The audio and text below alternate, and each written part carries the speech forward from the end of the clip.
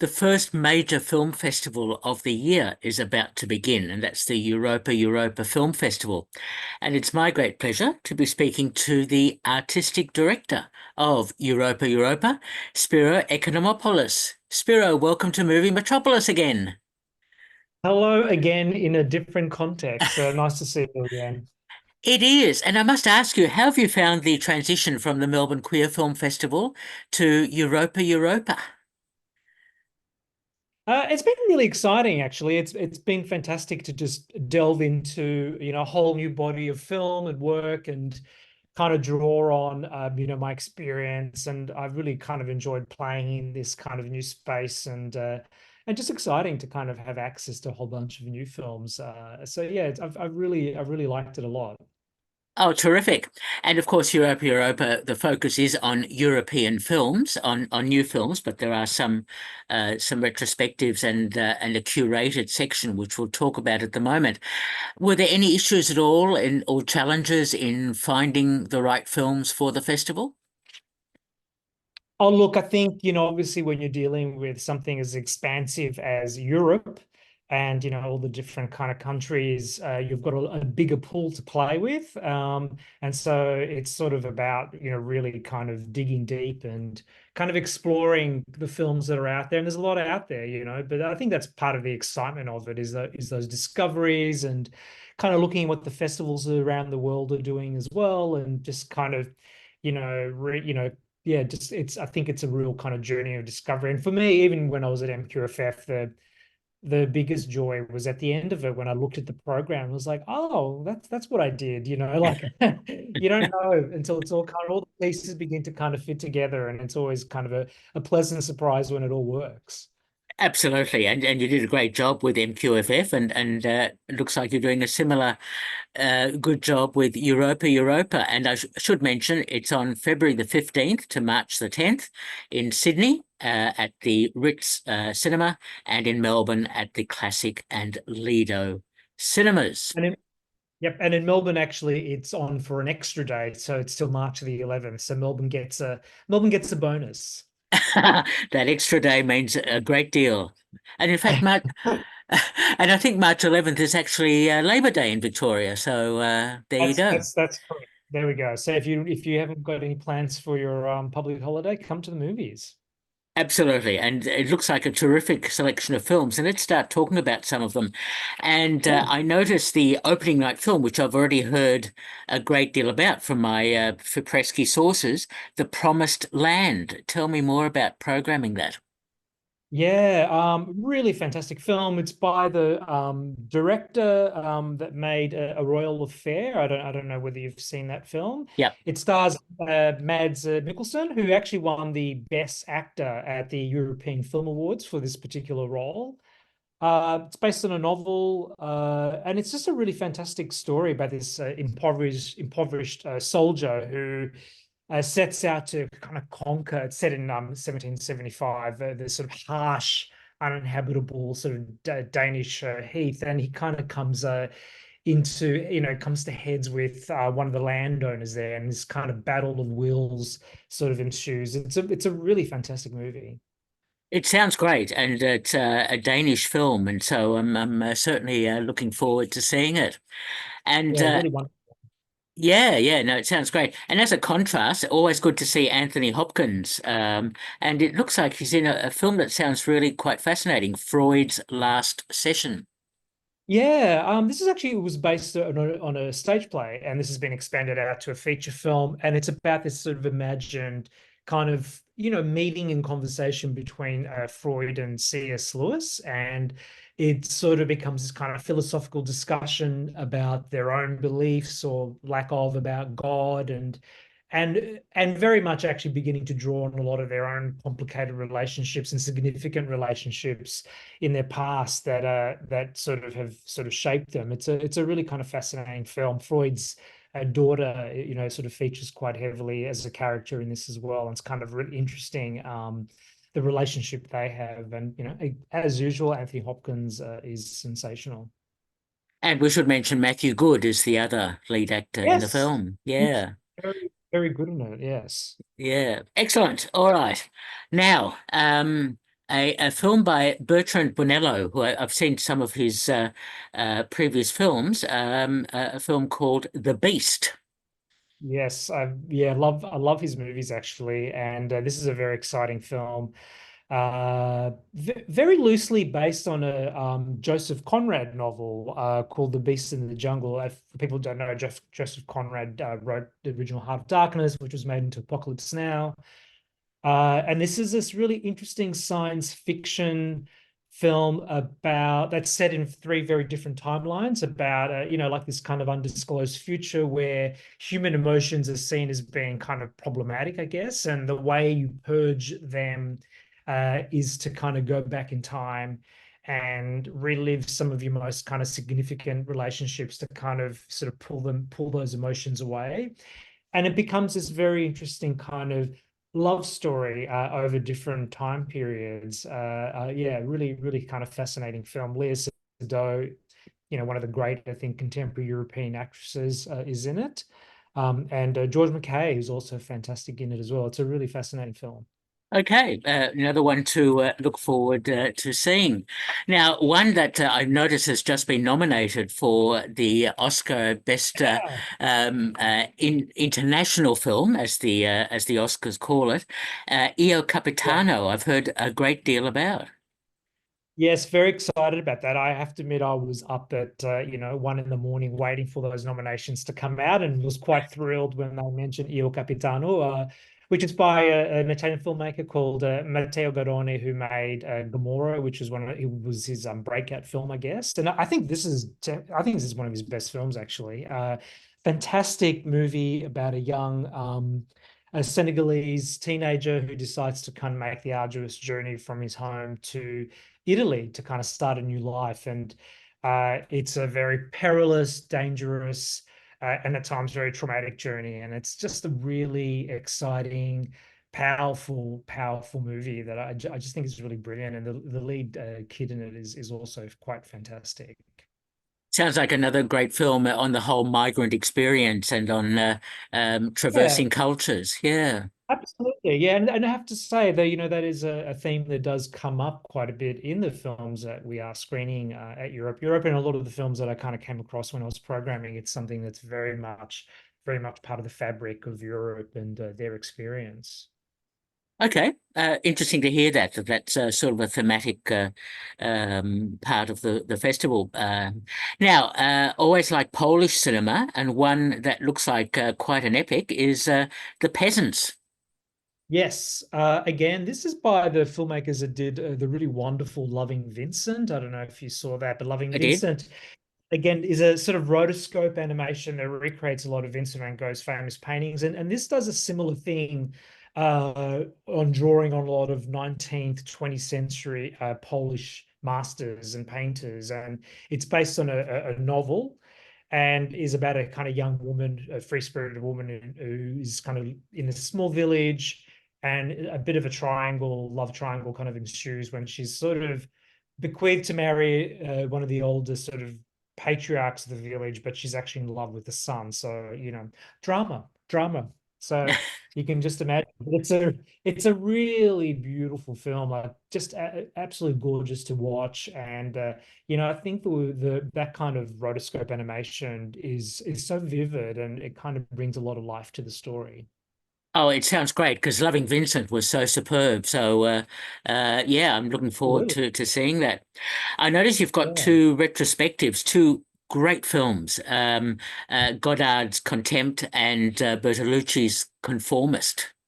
Yes, I gotta say, I mean, I think The Conformance is probably one of my, like top 10 favorite films. And I think more so, I just think it's one of the most stunning looking films. I think Bernardo Bertolucci was one of the great sensualists in terms of filmmakers. And, he's working here with Vittorio Storaro, the cinematographer who he worked with quite a bit.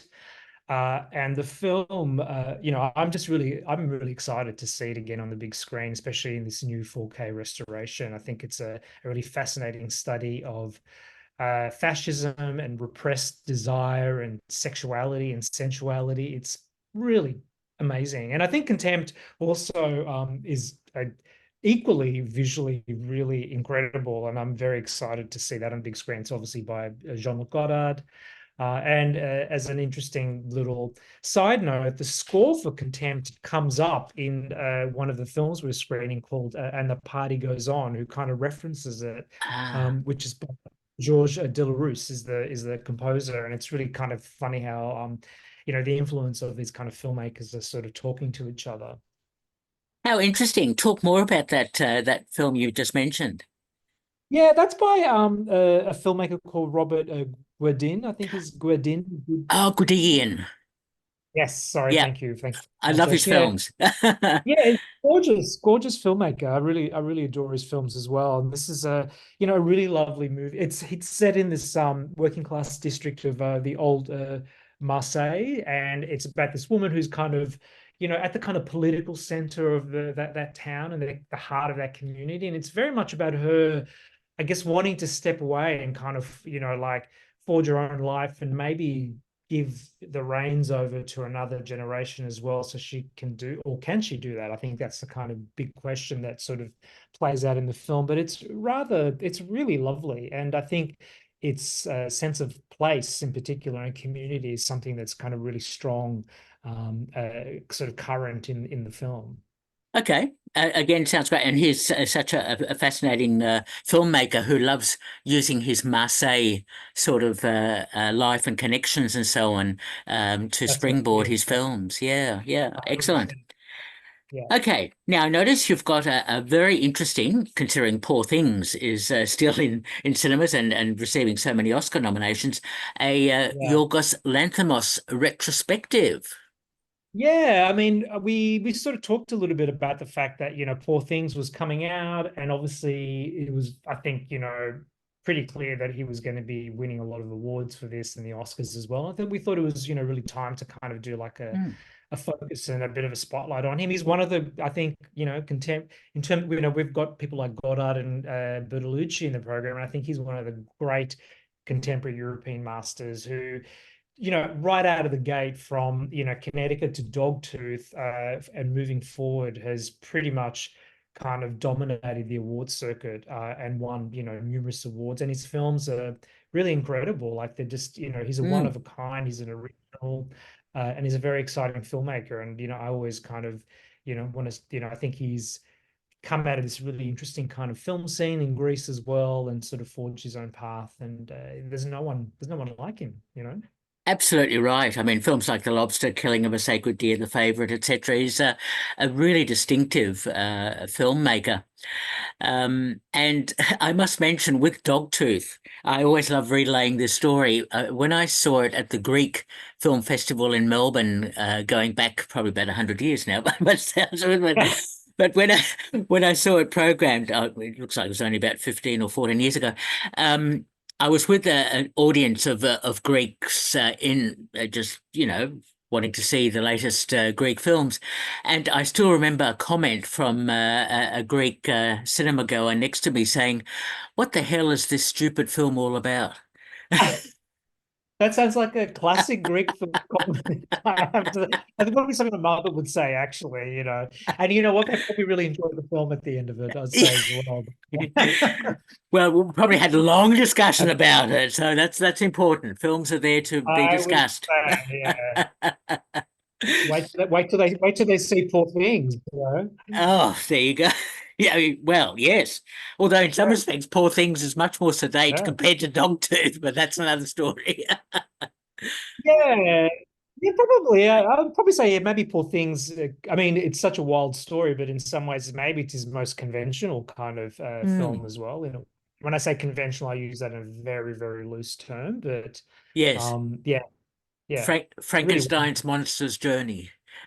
yeah, a feminist Frankenstein. I mean, what's not to Yeah, love? love it. Oh, and Emma Stone is so good in it. But anyway, Oh, that's amazing, amazing. yeah.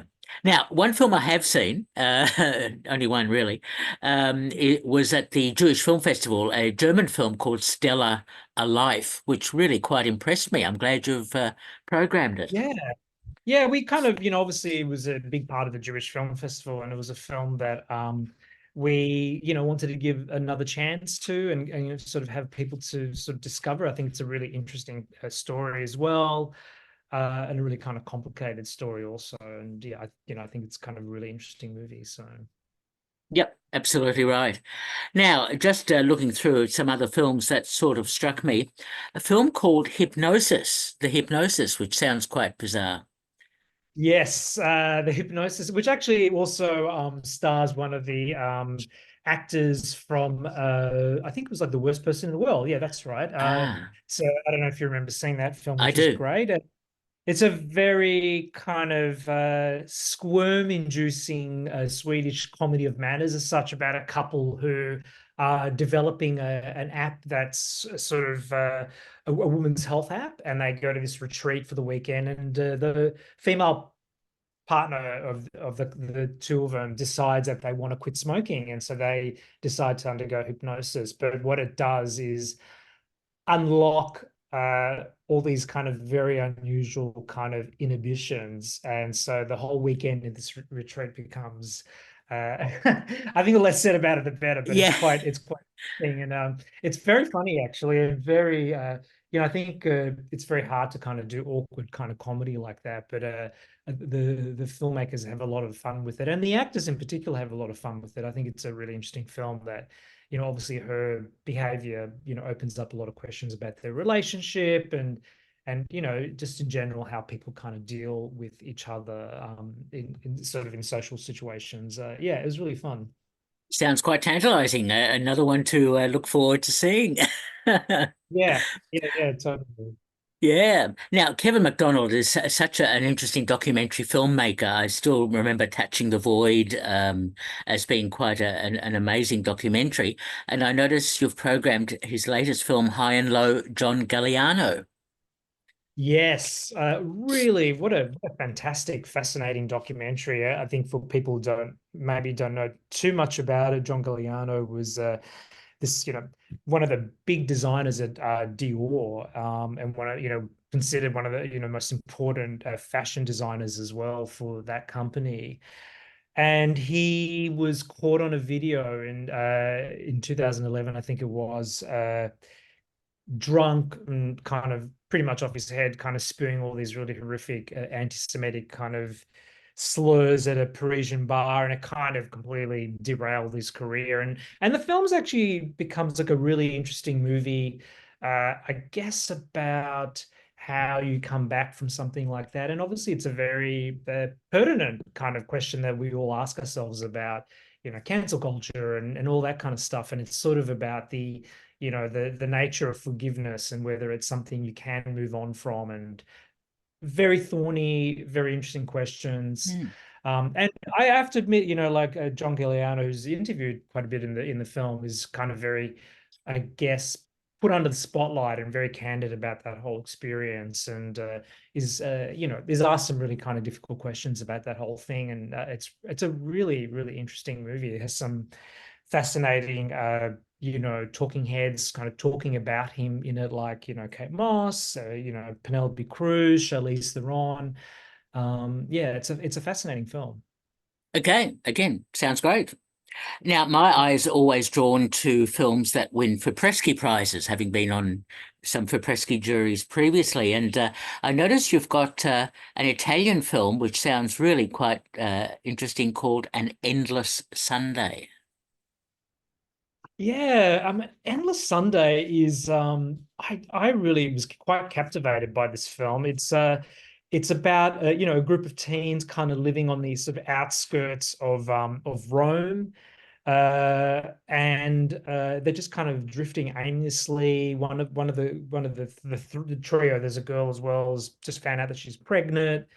And I don't know, it's produced by Wim Wenders actually, which is really interesting. And Hmm. I think just visually, it's got this really kind of incredible quality to it.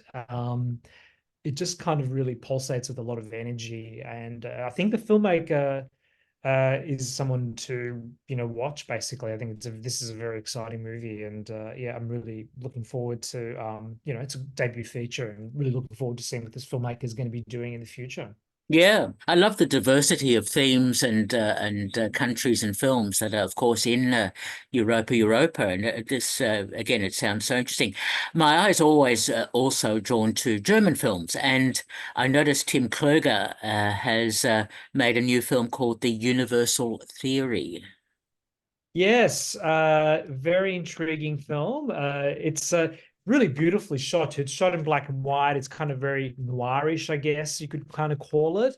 It's a bit of a sort of metaphysical noir, I suppose, about a, a doctor who travels to this physics congress in the Swiss Alps. And this Iranian scientist is there who's there to kind of reveal this groundbreaking theory of quantum mechanics. And he is found murdered.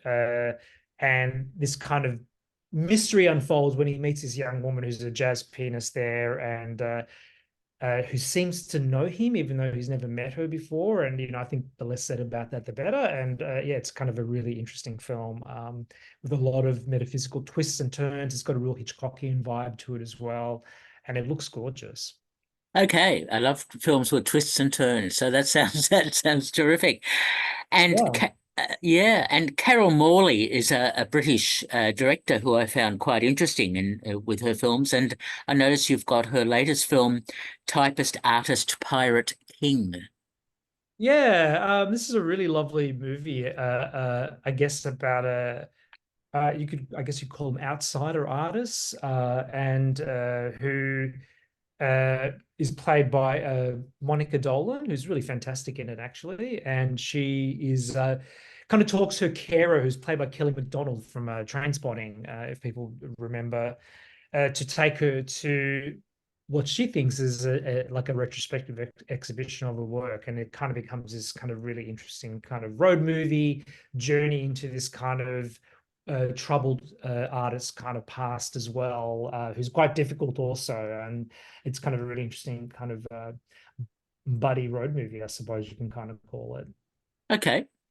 And I'm always also fascinated with behind the scenes sorts of films. And this one about a Parisian newsroom sounds really interesting, called On the Yeah. Pulse.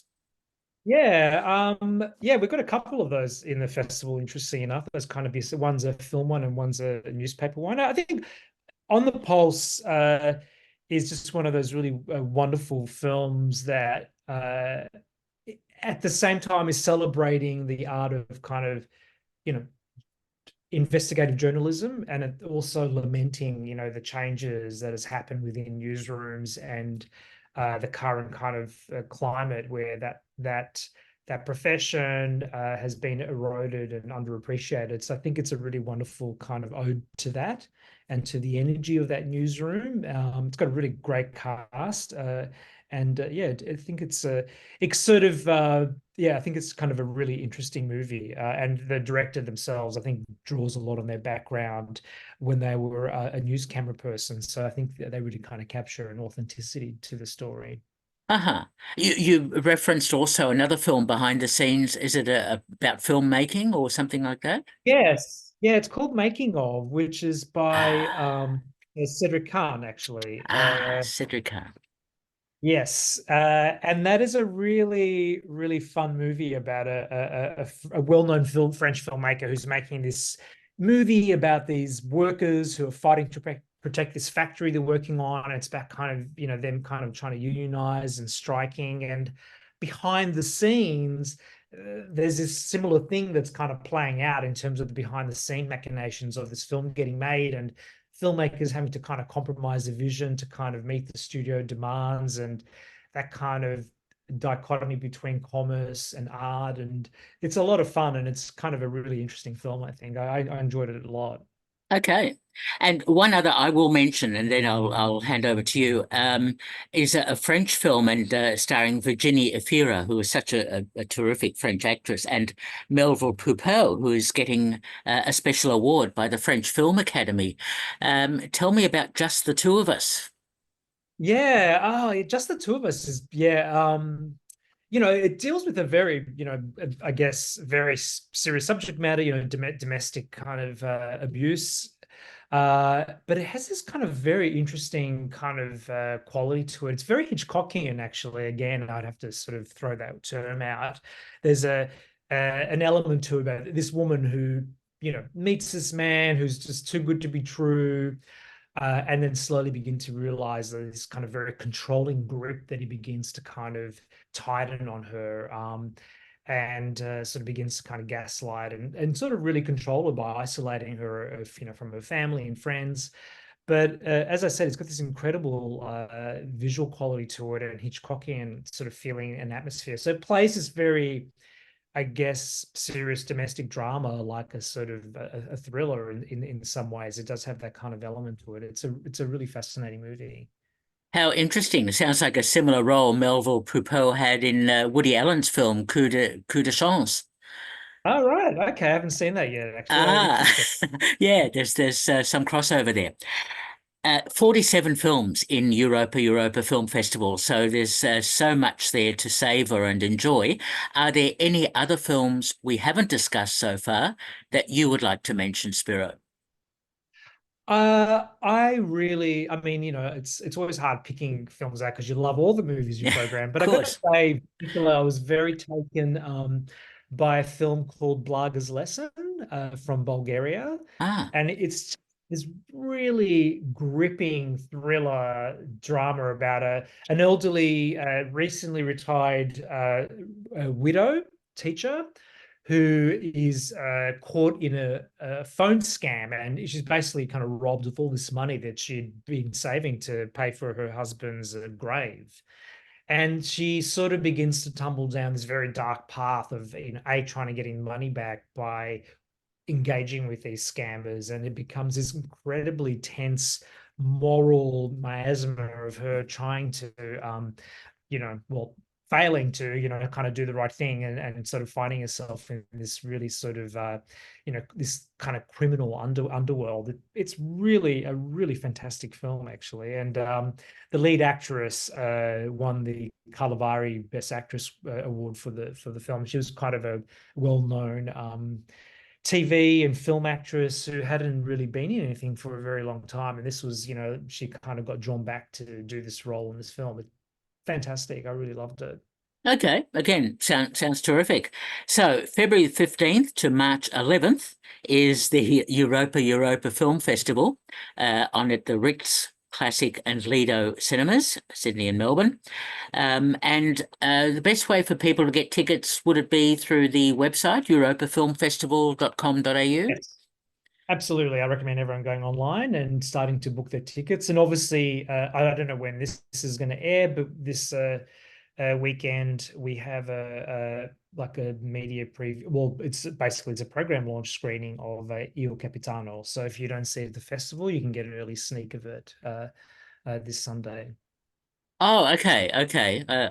Is it on at a good time? Because I'm probably on air when it's on. Oh yeah, it's on at 4, so I don't know Ah, whether they. Yeah, yeah. maybe you won't make it. Maybe we won't be able to make that. You can cut that bit Okay, no, that's out. fine. I just wanted to ask because some of the films, I mean, it's always difficult to get to them because of other commitments, and so it's always nice to get screeners or see other things. But anyway, that's not an important matter. The important matter is for people to go and see films, the 47 films at Europa Film Festival. And we've been speaking to, well, before I let you go, Spiro, I almost forgot to ask you.